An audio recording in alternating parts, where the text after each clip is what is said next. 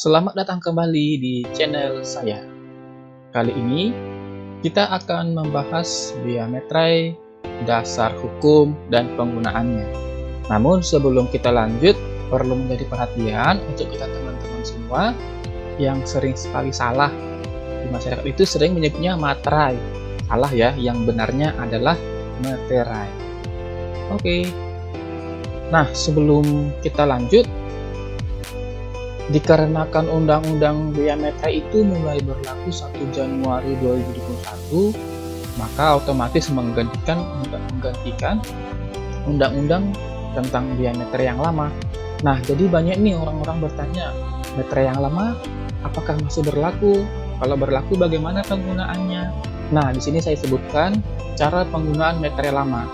Jadi dibubuhkan dengan minimal 9.000, di mana metre lama dapat digunakan hingga tanggal 31 Desember 2021. Nah, jadi nanti kita bahas di slide berikutnya bahwa tarif metre itu adalah 10.000. Nah, jadi kalau teman-teman ada memiliki metre 6.000 atau 3.000 atau hanya memiliki metre 6.000 saja, nah seperti ini tampilannya. Dengan minimal 9.000, jadi boleh 6.000 sebanyak 2, 6.000 plus 3.000 atau 3.000 sebanyak 3. Seperti itu teman-temannya. Jadi masih dapat digunakan hingga tanggal 31 Desember 2021. Nah, kita lanjut ke dasar hukum.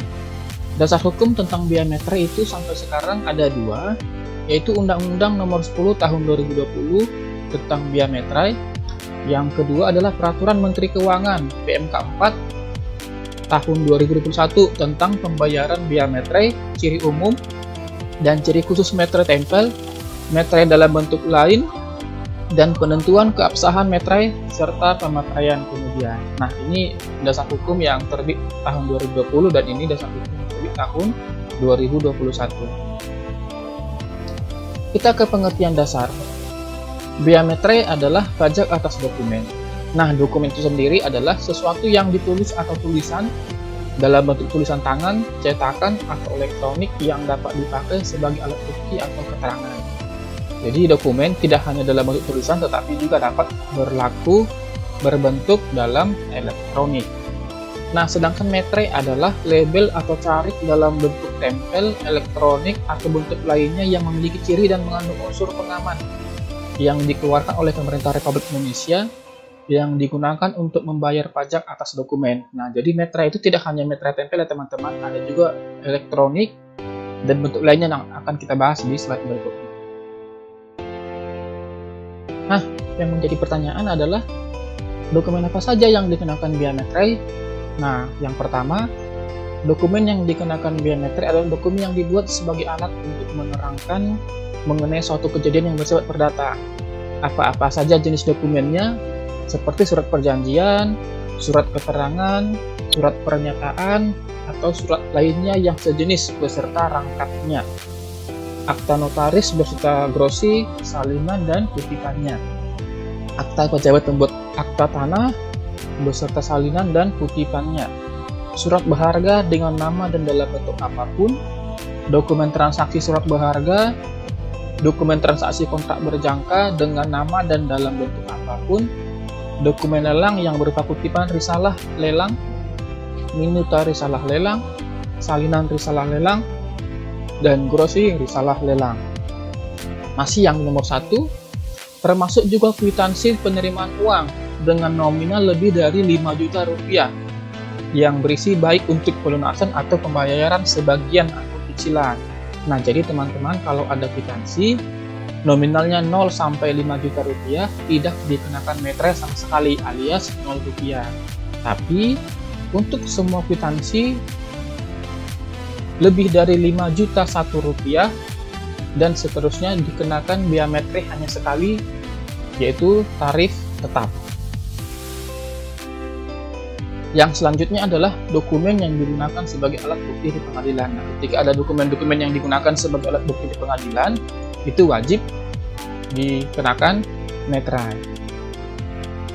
Nah, tarif metre seperti yang kita sebutkan di slide berikut sebelumnya, bahwa semua dokumen-dokumen yang dimaksud tadi dikenakan tarif tetap yaitu 10.000. Sedangkan untuk kwitansi yang tadi kita katakan 0 sampai 5 juta tidak dikenakan metre, tetapi lebih dari 5 juta Rp1 dikenakan tarif tetap yaitu Rp10.000. Nah, berikut gambar dan ciri-ciri yang terdapat di dalam metre 10.000. Yang mencolok dari metre sebelumnya adalah warnanya teman-teman, ya, ini sedikit merah-merah. Nah, kapan metre digunakan? Nah, metre digunakan pada saat dokumen ditandatangani, dokumen selesai dibuat, dokumen yang dibuat di luar negeri yang akan digunakan di Indonesia, dokumen diajukan ke pengadilan, dan dokumen diserahkan. Nah, yang sering menjadi perdebatan, siapa yang harus bayar metre? Nah, yang harus bayar metre adalah yang menerima dokumen, dalam hal dokumen dibuat sepihak. Masing-masing pihak, dalam hal dokumen dibuat dua pihak atau lebih. Penerbit surat berharga, dalam hal berbentuk surat berharga. Pihak yang mengajukan, dalam hal dokumen tersebut digunakan sebagai alat bukti di pengadilan. Pihak yang menerima manfaat, dalam hal dokumen yang dibuat di luar negeri yang akan digunakan di Indonesia. Nah, cara menempel metre tempel, jadi cara penggunaannya tidak sembarangan, teman-teman. Cara penggunaannya yaitu 1. Direkatkan seluruhnya dengan utuh dan tidak rusak di tempat tanda tangan yang akan dibubuhkan. Dan dibubuhkan tanda tangan sebagian di kertas atas dan sebagian di atas metre tempel, disertai dengan pencantuman tanggal, bulan, dan tahun dilakukannya tanda tangan. Nah, seperti ini contohnya kalau seandainya metre 6.000. Nah, seperti ini ya yang dimaksudkan bahwa ini ada kategori diterima, tidak diterima. Nah, diterima dimaksud karena yang ini metre dan tanda tangan mengenai semua metre, termasuk yang lain-lainnya. Sedangkan ini tidak diterima adalah ini karena penggunaannya lebih dari 1, penggunaan metre lama bertimpa sehingga tidak diakui. Nah, sebenarnya jenis metre itu tidak hanya metre tempel ya teman-teman. Ada jenis metre lain yang disahkan di dalam undang-undang. Yang pertama adalah metre teraan, yaitu metre yang dibuat dengan menggunakan mesin teraan, metre digital pada dokumen yang terutang via metre. Nah, seperti ini. Jadi ketika teman-teman ada menemui gambar seperti ini, maka metrenya itu adalah sah, namanya metre teraan. Yang selanjutnya metre komputerisasi, yaitu metre yang dibuat dengan menggunakan sistem komputerisasi pada dokumen yang terutang via metre, di mana diperoleh dengan surat izin dari KPP.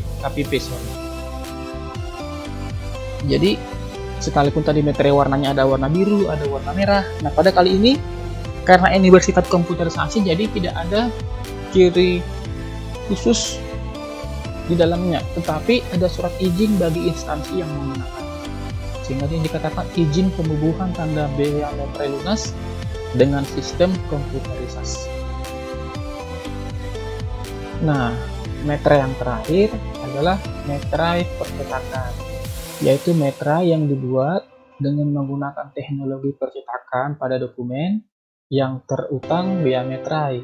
Contohnya adalah yang sering kita lihat di bilet giro dan cek. Jadi, secara umum digunakan di dalam perbankan. Oke, sampai bertemu di video berikutnya. Terima kasih.